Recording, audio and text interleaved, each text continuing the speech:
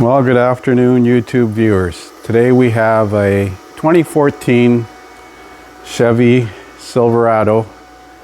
It was here back in December of last year, 23, and it had a parasitic draw which I tracked down to a particular relay.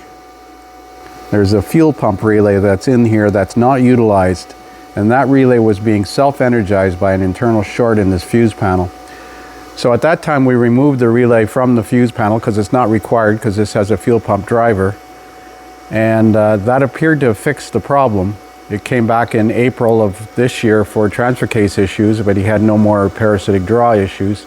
But recently he's been describing a condition where it intermittently won't crank. He said he went to the tire shop and he drove it into town and they went to bring it in and they had to boost it.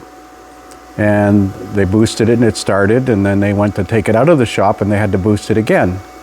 Now that doesn't sound like a parasitic draw. If you just drove an hour to get to a shop, the battery should be charged. So we're going to do a look at the vehicle record, and then we're going to do a network scan and see if there's any low voltage codes in any controllers.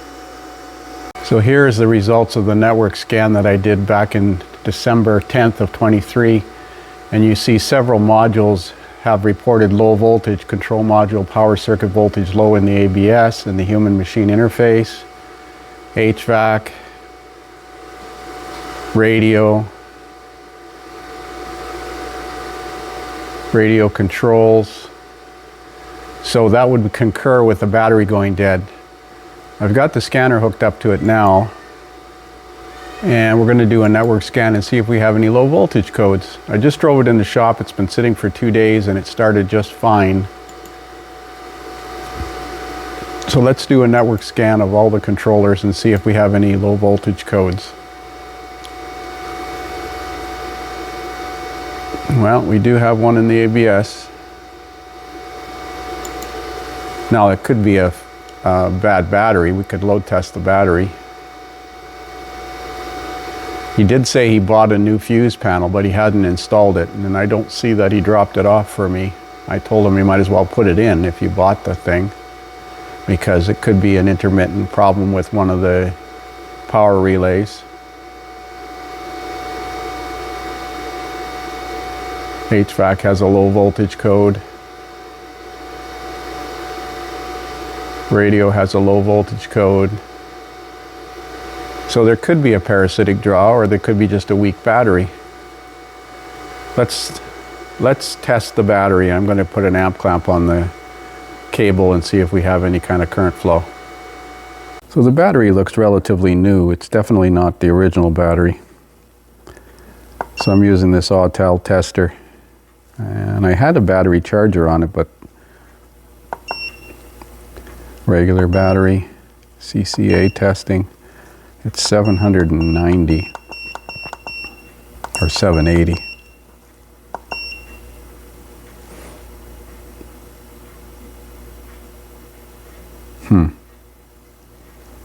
Well, that's not good. Well, that doesn't necessarily mean the battery's defective. I'm going to check it for a draw. So my setup for doing the parasitic load test is to put a disconnect switch in series with the battery negative post and the battery negative cable.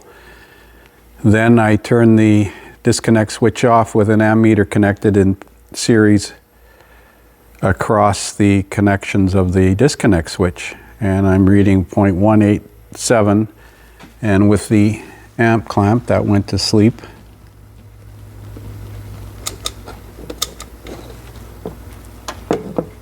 That's why I don't like these amp clamps. They're sketchy. Let's turn the backlight on. They're fast, but they're sketchy. So that says 180, 190 milliamps. This says 187. So it's fairly accurate, but it'll shut off after about 5 minutes, just automatically. You can see there's something electronic pinging the network there, that little spike going up. Now I do have my DLC plugged in, my VCI plugged in for the snap-on scanner, so that's probably, there's the blinking LED in there. So let's unplug that for sure. And let's see what the draws drop down to.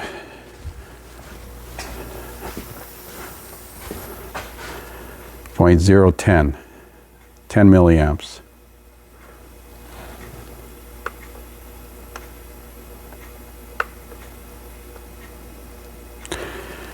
Well, I think I'm going to trickle charge this battery and test it again. But I think it might be just a defective battery. But then again,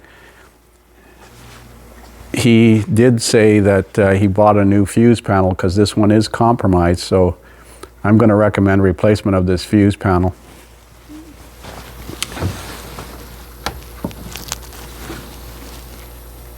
So this is the relay that I had taken out. It's labeled fuel pump relay, and if you put it in, it energizes. And there's no reason for it to energize. And that creates a, well, now it's only 80 milliamps. But that's enough to kill the battery over a few days. You can hear it click when I plug it in.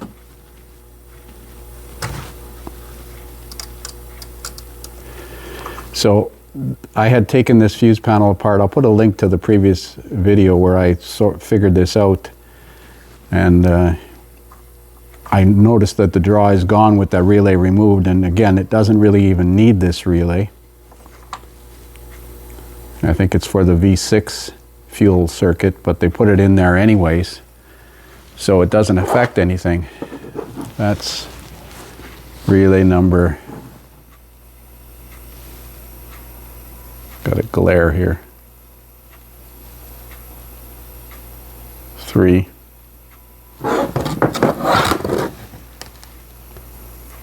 F3.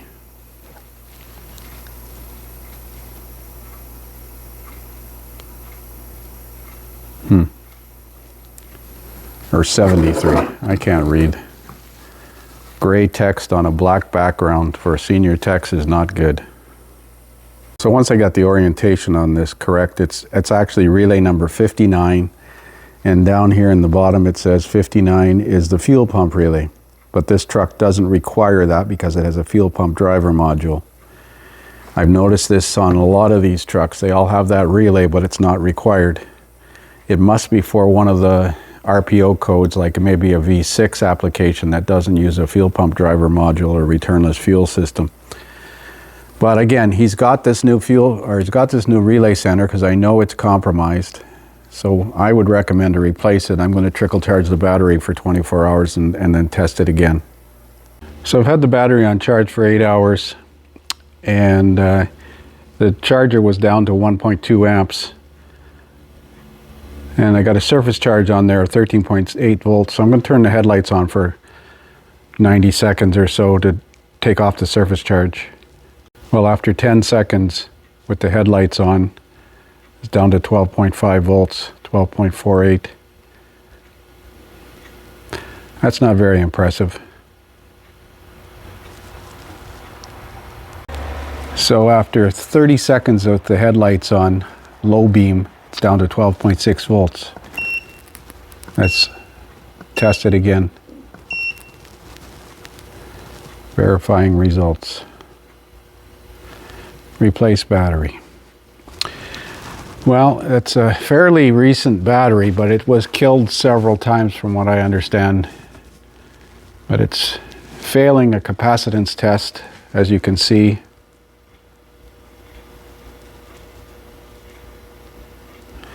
So I'm going to recommend the battery be replaced, but I'm also going to recommend to change out this fuse panel since he already bought one. So I believe that's the GM part number 1241533, but they are different depending on the RPO codes.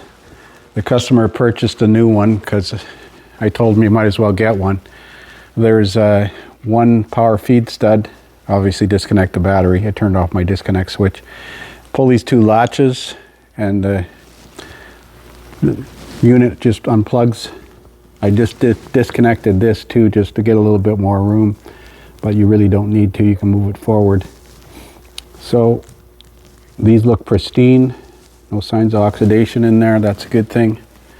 Let's put the new one in. So there's the new fuse panel installed. Key is off. And this is the fuel pump relay that's labeled a fuel pump. And you see when I plug it in, it doesn't click. Like I said, that relay doesn't even need to be there. That's relay 59. I'm going to check it one more time for a parasitic draw, but I'm going to recommend replacement of the battery in this thing. So I just started the parasitic draw test, just opened the switch, and it's 4:12. I did it about 4:10 p.m. We got 395 milliamps, so we're going to give it a half an hour and see what happens. So it's 4:15 that it switched off. It's down to 15 milliamps with a module pinging the network, or a LED or something like that flashing, a security light. But that's well within acceptable range. Usually anything under 50 milliamps is acceptable. So as I suspect, there's no parasitic draw. It didn't hurt to change that fuse panel because I'm not sure what's going on inside there. There's a short in it, of course. But I'm going to recommend replacement of the battery on this thing.